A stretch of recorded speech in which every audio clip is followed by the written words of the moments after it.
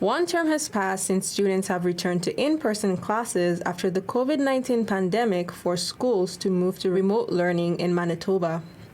School administrators say the pandemic affected students differently, and it was especially tough on younger students. Particularly when we're looking at literacy and numeracy results.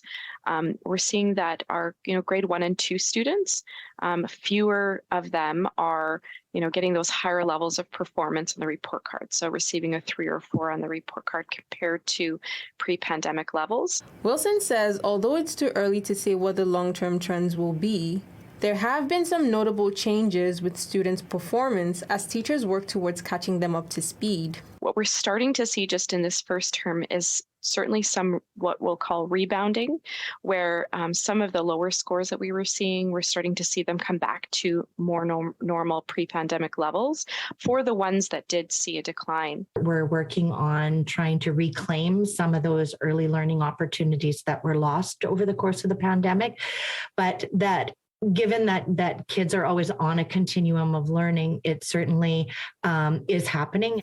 Werner says the students are needing to learn how to socialize with being back in the classrooms.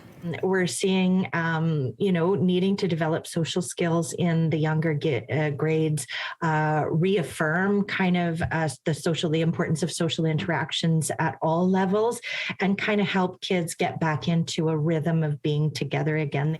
She says they're employing a number of strategies to get back students' engagement with learning in the classroom. Coming back to school from the pandemic have to remember how to re-engage with learning opportunities in class and need those structures and routines around that learning. But we are experiencing the need for us to teach a lot of those skills again before we go in depth into some course material. The school administrator says the Louis Riel School Division is noticing concerning levels of absenteeism post-pandemic, which have been growing since the start of the pandemic. We're seeing absence rates at an unprecedented level now.